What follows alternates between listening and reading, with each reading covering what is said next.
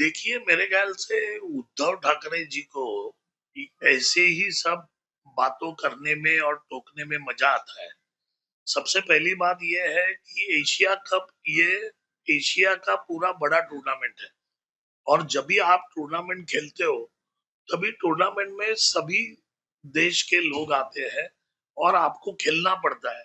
ये ऐसा मैच नहीं हो रहा है कि हम पाकिस्तान जाके खेल रहे हैं या पाकिस्तान के प्लेयर्स को इंडिया में आके खिला जा रहा है। तो ऐसा कुछ भी नहीं है। अगर ऐसा कुछ हम करते थे और इसकी पहल हम करते थे तो गलत बात है। पाकिस्तान हमारा एक नंबर का दुश्मन राष्ट्र है और दुश्मन राष्ट्र ही रहेगा जब तक वो सुधरेगा नहीं। तो उसमें कुछ दो राय है ही नहीं। और उद्धव ठाकरे जो बातें कर रहे हैं सिंदूर ऑपरेशन की, जब भी सिंदूर ऑपरेशन हो गया तो सिंदूर के बारे में सवाल खड़े करने वाले सबसे पहले उद्धव ठाकरे थे। पहलगाम का जब ये अटैक हो गया तभी उसके बाद ना उद्धव ठाकरे एक भी बहना को जाके मिले, ना उनका कोई पार्टी का सदस्य उनको जाके मिला। तो इनको क्या नैतिक अधिकार है? किस देश प्रेम की बात ये लोग कर रहे हैं? और रही बात इस खेल की, तो इस खेल के बारे में केंद्र सरकार निर्णय लिया। केंद्र सरकार ने ये जारी किया है, लेकिन अभी तक टूर्नामेंट के बारे में बहुत टाइम बाकी है। शायद ओपिनियन बदल जाएगा या बहुत सी अलग अलग चीजें हो सकती है। तो अभी से पूरी तरह से रोना धोना चालू करना गलत बात है। हमारी पार्टी तो हिंदू हृदय सम्राट बाला साहब ठाकरे के विचारों पे चलने वाली पार्टी है। हम उनके विचारों से एकनिष्ठ है। और सेंट्रल जो है वो देश के बारे में निर्णय लेता है। तो सेंट्रल अभी क्या निर्णय लेता है आगे, सचमुच हम जाते हैं या नहीं जाते हैं? क्योंकि इस तरीके के घटनाओं को आखिरी तक ये घटनाएं चालू रहती है और आखिरी दिन में कोई देश वो टूर्नामेंट से पीछे हट जाता है तो कुछ भी हो सकता है। तो इस तरीके की बातें करना उद्धव ठाकरे जी को शोभा नहीं देता है और उनको उसका नैतिक अधिकार भी नहीं है। मेरे ख्याल से आमिर खान की एक मूवी आई थी, बहुत बढ़िया बढ़िया मूवी थी, थ्री इडियट करके। तो उसमें भी ऐसा ही दिखाया है कि शुरू में सबको समझता नहीं है और बाद में उनको अक्ल आ जाती है। देखिए, वोट चोरी का जो मामला है वो चोरी हो ही नहीं सकती। ना राहुल गांधी बता सकते हैं, ना उद्धव ठाकरे बता सकते हैं कि जिसका नाम उस बैलेट में है, सूची में है, उसने भाजपा को वोट दिया है, कि उसने कांग्रेस को वोट दिया है, कि उसने उद्धव ठाकरे को वोट दिया है। ये कोई बोल नहीं सकता। तो चोरी हो ही नहीं सकती। हर जो चुनाव की सूची है उसमें गलत नाम आ जाते हैं। लोग अपना नाम जो है, घर का कोई सदस्य गुजर जाता है तो उसका नाम कम नहीं करते, या लोग अपना जो रहने का घर है वो बदलते हैं। तो तभी जहां पहले का घर रहता है वहां का कैंसिल नहीं होता है। तो उसकी वजह से सूची में बहुत सी कठिनाइयां और गलत चीजें आती है। बट इसका मतलब ये कोई नहीं कह सकता कि वो इंसान ने किसी पक्ष में वोटिंग किया है। तो ये कभी चोरी, ये वर्ड ये कभी आएगा कि जब भी उस सूची के अंदर किसी एक का नाम है और वो आदमी ने किसी एक्स पार्टी को वोटिंग किया है तो वोट का चोरी हो गया है। अभी सूची में गलत नाम है, मरे हुए के नाम है, एक का नाम 4 बार है। ये तो सभी जितने भी कॉन्स्टिट्यूंसी है वो सभी कॉन्स्टिट्यूंसी के सूची में ये बात है। तो आप कैसे बता सकते हो कि एक का नाम 2 बार है तो उस 2 बार जिसका नाम है उसने खाली भाजपा का ही वोट दिया है? आप बोल ही नहीं सकते। तो चोरी ये वर्ड जो है ये लागू नहीं होता। क्या लागू होता है कि चुनाव की सूची में गड़बड़ है, चुनाव की सूची बराबर नहीं है, चुनाव की सूची को सुधारना चाहिए। लेकिन चुनाव वोट चोरी, ये जो नरेटिव, फेक नरेटिव, देखिए इसके पहले भी इन्होंने संविधान खतरे में है ये फेक नरेटिव चलाया। अभी ये नया नैरेटिव ये लोग चालू करने की कोशिश कर रहे हैं कि वोट चोरी, अरे चोरी कैसे हो सकती है? आप क्या उसके साथ अंदर चुनाव के बूथ में गए कि उसने किसी को वोट डाला है? ऐसा हो ही नहीं सकता है। माधवपुरा में 1,10,000 वोट गलत है, ऐसा राहुल गांधी ने बोला। लेकिन माधवपुरा का कैंडिडेट जो जीता वो खाली 32,000 वोट से जीता। वोट चोरी कभी होती थी कि 1,10,000 गलत है और वो कैंडिडेट जीत रहा है 1,10,000 से, तो वोट चोरी होती है।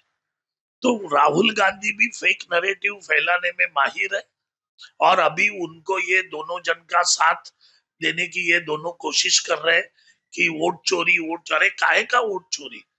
पहला चोरी ये वर्ड हटा दो। चुनाव सूची में गड़बड़ है या चुनाव सूची में सही नहीं है चुनाव सूची, ये बोलो। और जहां कांग्रेस के उम्मीदवार चुन के आए हैं, कर्नाटक में जहां कांग्रेस की सरकार है, जहां ठाकरे के उभाटा के उम्मीदवार चुन के आए हैं, वो सभी जगह सभी सूची में ऐसे आपको कितने ही उदाहरण मिल जाएंगे। तो उसका मतलब ये नहीं कि उन्होंने उनको ही वोट दिया है, कि उन्होंने कांग्रेस को वोट दिया है या उन्होंने हमको वोट दिया है। तो ऐसा कुछ भी नहीं है। तो वोट चोरी ये जो वर्ड है ये बिल्कुल गलत है और ये फेक नैरेटिव फैलाने की कोशिश ये 3 जन कर रहे हैं जो आमिर खान का मूवी है। देखिए, इस महाराष्ट्र में स्थानिक स्वराज्य संस्था के चुनाव होने तक आपको इस तरीके की जो न्यूज है वो हर टाइम आती रहेगी। देखो, इनको इस सुर्खियों में रहने के लिए इनके पास दूसरा कोई भी नहीं है, ना इनके पास बोलने के लिए कुछ मुद्दा है, क्योंकि महायुति की सरकार अच्छी तरह से काम कर रही है। तो इनके पास दूसरा कोई भी नहीं है मुद्दा। इसीलिए फिर हम गणपति में साथ में जाएंगे, हम इसके साथ में जाएंगे। अभी बेस्ट का जो इलेक्शन ये लोग साथ में आके लड़े, क्या हो गया? एक और एक पहली बार 0 हो गया।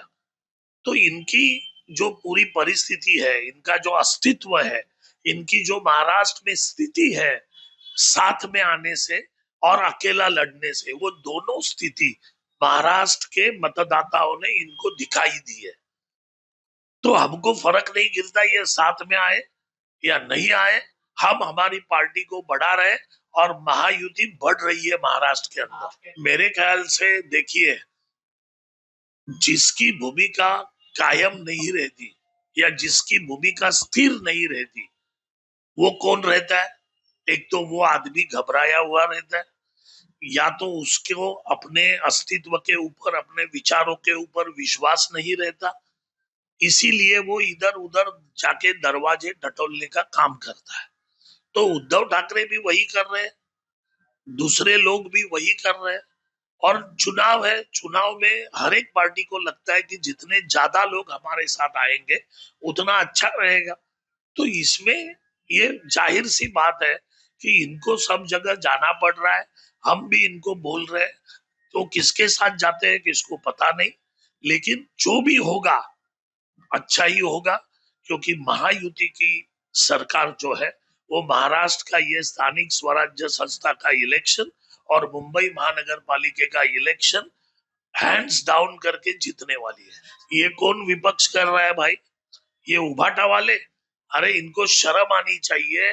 लास्ट 25 साल में मुंबई महानगर पालिका इस उभाटा के हाथ में थी। इन्होंने कितना पैसा खड्डों में निकाला है मालूम है? आरटीआई का बयान है, आरटीआई से महानगर पालिका का बयान है, 25,000 करोड़ रुपया, 25,000 करोड़ रुपया गए 24 साल में इन्होंने पॉट होल पे खर्चा किया है। ये पैसा किधर गया? तो इतना पैसा खर्चा करने की बजाय इनको इतनी अकल नहीं थी कि इस मुंबई के रोड को कंक्रीट किया जाए। अभी जो पॉट होल की समस्या है ये इनका पाप है, इनके जमाने का पाप है, क्योंकि इन्होंने कंक्रीटीकरण नहीं किया।